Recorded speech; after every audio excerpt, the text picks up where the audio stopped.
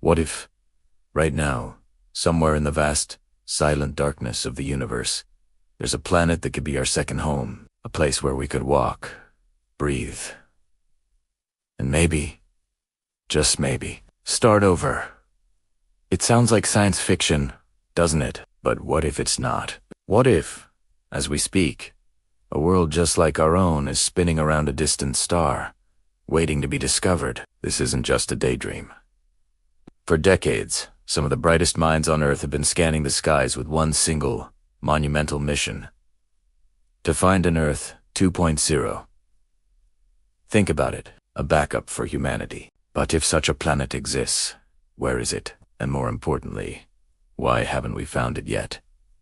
The clock is ticking, with every headline about our changing climate and strained resources. The search for another home becomes less of a scientific curiosity and more of a desperate necessity. If Earth is changing faster than we can adapt, finding another planet might not just be a dream. It could be our only chance. So, let's dive into the greatest cosmic treasure hunt in human history. How do we even begin to search for a needle in a cosmic haystack? The answer lies in powerful instruments that act as our eyes to the galaxy. I'm talking about legendary space telescopes like NASA's Kepler and, more recently, the Transiting Exoplanet Survey Satellite, or TESS. These incredible machines don't just stare into space, they hunt.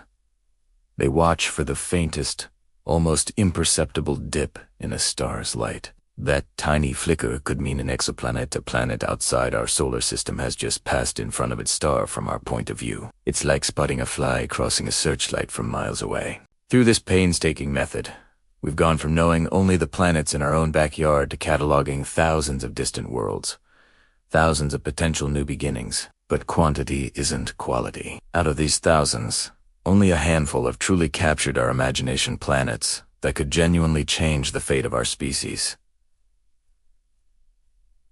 These are the Goldilocks planets, not too hot, not too cold, but just right for liquid water to exist on their surface. And where there's water, there's the potential for life as we know it. Let's meet some of the top contenders. First up, our next-door neighbor. Cosmically speaking, Proxima Centauri b. It's orbiting the closest star to our Sun, a mere 4.2 light-years away. That's still incredibly far, about 25 trillion miles, but in the grand scheme of the universe, it's practically in our neighborhood. The catch: Proxima Centauri is a red dwarf star, known for blasting its planets with powerful, life-sterilizing flares. So, while close, Proxima b might be a dangerously radioactive world. Then there's the fan favorite, Kepler 440b. This one is often called a super-Earth, and is eerily similar to our own planet. It's about the right size, and it orbits its star within the habitable zone, giving it a good chance of having the right temperature for oceans and lakes. It's a tantalizing prospect, but it's over 1,200 light-years away. Getting there is a whole other challenge we'll get to in a moment. And perhaps the most exciting discovery of all is the TRAPPIST-1 system. Imagine looking up and seeing not one, but 6 other planets hanging in your sky like moons. That's the reality in this system, which features 7 Earth-sized planets orbiting a small, cool star. Scientists believe at least 3 of these world's planets, D, E, and F, could hold vast amounts of liquid water. 3 potential Earths, all in one place. It's an astrobiologist's dream. Could one of these mysterious worlds be the key to humanity's survival? It is easy to get excited and start dreaming of packing our bags for a new life among the stars. But hold on a second. Just because a planet is labeled habitable doesn't mean it's a paradise. In fact, it could be a complete death trap. A planet might be in the Goldilocks zone, but what if it has a crushing atmosphere of toxic gases? Or what if it's tidally locked, meaning one side is perpetually scorched by its star, while the other is frozen in eternal darkness?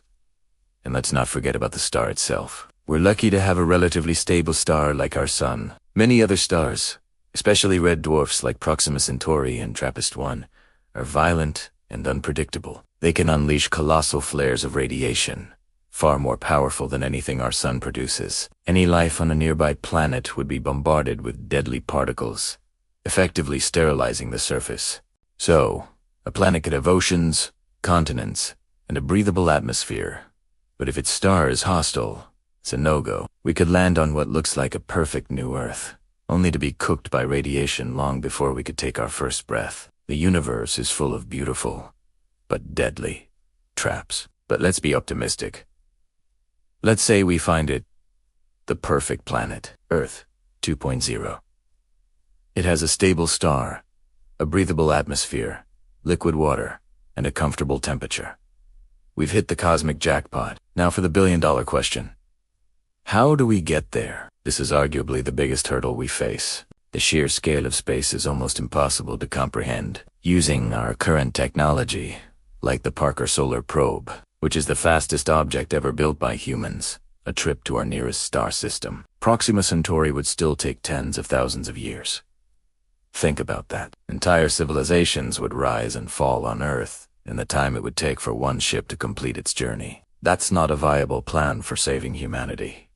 So, we need to think bigger. We need a revolution in propulsion. This is where truly futuristic ideas come into play, like the Breakthrough Starshot Initiative. This ambitious project, backed by brilliant minds like the late Stephen Hawking, proposes something straight out of science fiction. The idea is to build thousands of tiny, wafer-thin spacecraft, each equipped with a light sail. A powerful array of lasers based on Earth would then fire a concentrated beam at these sails, accelerating them to an incredible 20% the speed of light. At that speed, a mission to Proxima Centauri wouldn't take tens of thousands of years. It could be done in about 20 years, within a single human lifetime.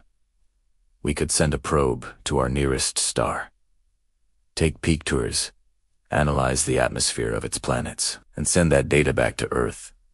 This technology could be the key that unlocks the galaxy for us, allowing us to survey potential new homes far faster than ever before. It's still a concept, but it represents the kind of bold, innovative thinking we need if we're serious about becoming an interstellar species. With all this talk of escaping to new worlds and building futuristic starships, it's easy to get carried away. The idea of starting fresh on a pristine new planet is incredibly seductive. But as we gaze up at the stars, dreaming of other homes, we might be overlooking the most important truth of all. The greatest discovery might not be a distant exoplanet out there, but the profound realization that our best, and perhaps only, real chance of survival is right here, beneath our feet.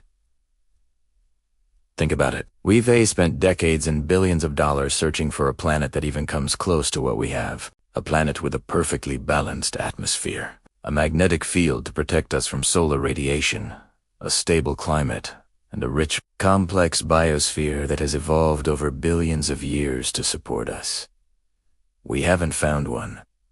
Not even close. Every potential candidate has a major flaw. Every Earth-like world is a pale, dangerous imitation of our own. We are living on the jackpot planet right now. It is the one world in the entire known universe perfectly tailored for us, and we are failing to protect it.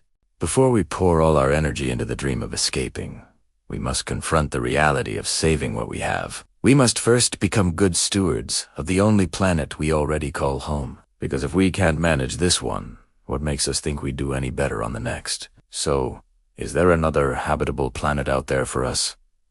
The answer is, maybe. The universe is vast and full of possibilities, and it would be arrogant to assume we're the only ones. The search for Earth 2.0 will and should continue. It inspires us, pushes the boundaries of science, and helps us understand our place in the cosmos. But we cannot let that search become an excuse for inaction here and now. The future of humanity doesn't depend on a last-minute rescue mission to another star system. It depends on the choices we make today, tomorrow, and every day after. Every second we waste, every degree the temperature rises, every species that disappears, it pushes us closer to a point of no return. The difference between hope and extinction is not a spaceship. It's our collective will to act. The stars are a beautiful dream, but Earth is our home. Let's protect it. If you believe that humanity's future, whether here or among the stars, depends on the actions we take right now, then please hit that like button and share this video. Let's spread this important message. And do not forget to subscribe and click the bell so you do not miss our next journey into the cosmos. Thanks for watching, and as always, keep looking up.